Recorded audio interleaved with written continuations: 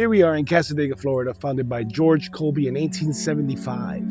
We are at the cemetery in the town, and what makes this so impressive is that the town is filled with spiritualism and a spirit camp, all created by one man. However, what really piques our interest is what lies right behind us, better known as the Devil's Chair. Why is it called that?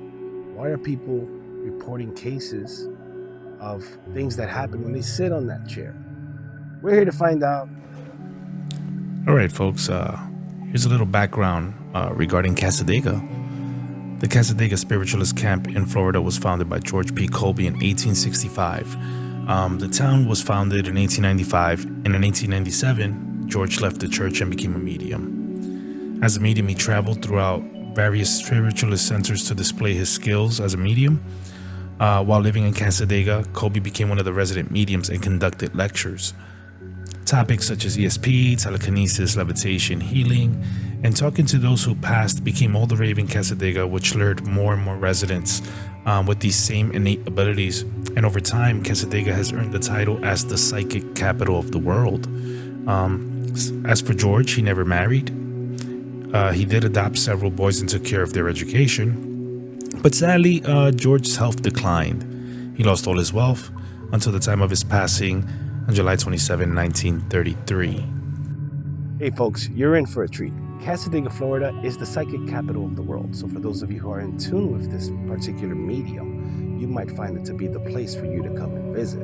Now, this place was founded by George P. Colby in 1875, which gave birth to the spiritualist movement and also the spiritualist camp. So why don't you come to Cassadaga, Florida and take a look. The real mystery for us was the Devil's Chair, which lied at the cemetery at Cassadaga. There are various legends that revolve around this chair. We actually visited the location on 2 separate occasions, and boy, were we in for a treat. We brought a close friend, Malcolm, on the second trip to get his take on the location, see what he felt, right? Back to the legends. The first legend states that when someone sits on the chair, within a certain time frame, the devil will speak to them. Another legend states that if you leave a sealed can of beer there, the devil himself will drink it at night. The next day, you can go back to visit the chair and you'll find that the beer can is empty but still sealed. The third one, which is my favorite, is, and it's the most thought-inducing, is that whoever sits on the chair is doomed to have a bad experience. My take on it is that it was a bit ominous, but the cemetery overall gave us a very peaceful sense around that location. So guess what? We sat on the chair. You know, when we go on these adventures, we don't always get the opportunity to bring people who are interested in these kind of things. And we were in luck because we have a very important person. His name is Malcolm.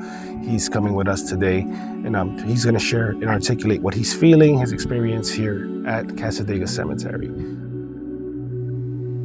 We then proceeded to visit the grave markers and pay our respects as we're disrupting the location. Shortly thereafter, Frank got his EMF detector and started doing some readings.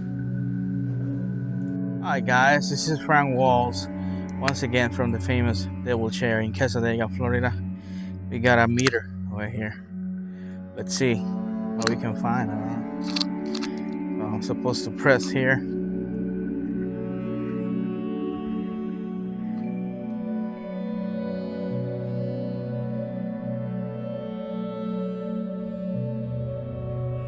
I got some signals here.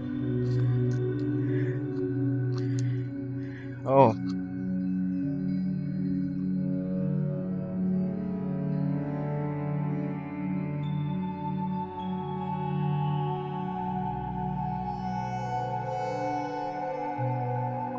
Yeah.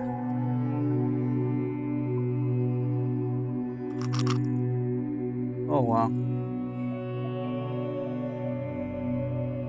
So I guess that's a proof that there's some type of energy in the area. You know, this time we came with a meter, and apparently we cashing on something here. So yeah, be careful, guys. So what makes the Devil's Chair so impressive? It starts with its origins. It's a family called the Thatcher family. And apparently, they lost someone very important in their life, and they came and set up this foundation in order to make a deal with the devil.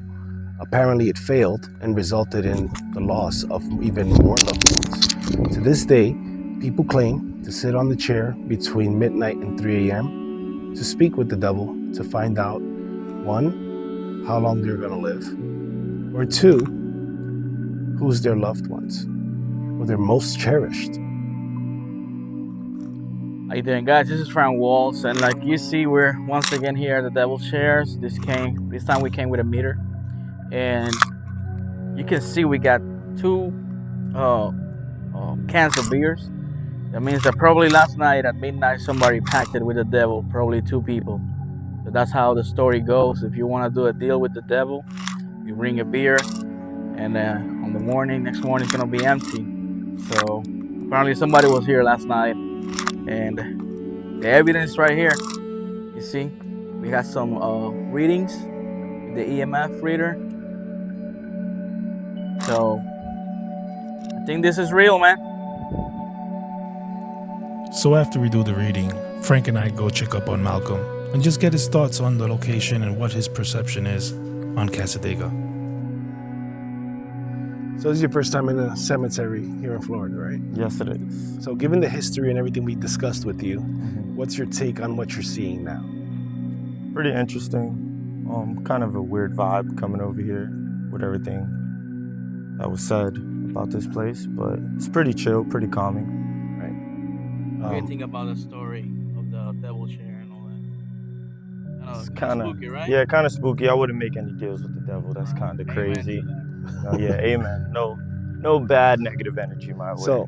So all in all, you're a younger guy. You don't contemplate things like the afterlife or dying anytime soon, right? Now that you know we are all going to be here at some point, how do you view life in general now? Kind of appreciate it more, Try to spend as much time you can with people. You never know when your time is up. That's good. That's really good. Well, Malcolm, thank you so much for coming Thank with us. Yeah, thank you guys for having me. I appreciate it. Thank you. And he'll probably be joining us in more future adventures. So hopefully, stay tuned. It's surreal, right? Yeah. But what I get out of this place is the peacefulness and the tranquility that comes out of it. And it's a stark reminder, I guess, for all of us to understand that we're all going to end up here. And how you live your life is going to matter more so than when you go. Exactly. Because at the end of the day, this is where we're all going to end up, in your local town or your state or your country. So I guess the biggest takeaway is don't broker a deal with the devil to cut your life short. Instead, live life to the fullest. Enjoy your life, and remember, we're all gonna end up here. So try to be the best person you can with others. That's our message over here. That's really the message for us. And don't pack with the devil. Don't broker deals. Yeah, don't do that. Yeah. So with that being said, I think that to all the folks that allowed us to come into the cemetery, all these souls, thank you so much for having us here. We did have a couple of strange instances. Yeah. But I think that we can put this place to bed and say, yeah, there's an allure and mystique to this place, and it's definitely a place worth visiting for those who are curious and into this kind of stuff. There's definitely an energy. You can feel it. We catch some readings with this, and it's real, man. So now that we're done with the Devil's Chair, we're heading out to the actual township of Cassadaga. So stay tuned next week for part 2, where we visit C. Green's Haunted Museum. By the way, for those of you who are interested in looking at the reels that we did not post, they will be on TikTok, where we actually caught some strange occurrences. So check it out on TikTok and Instagram.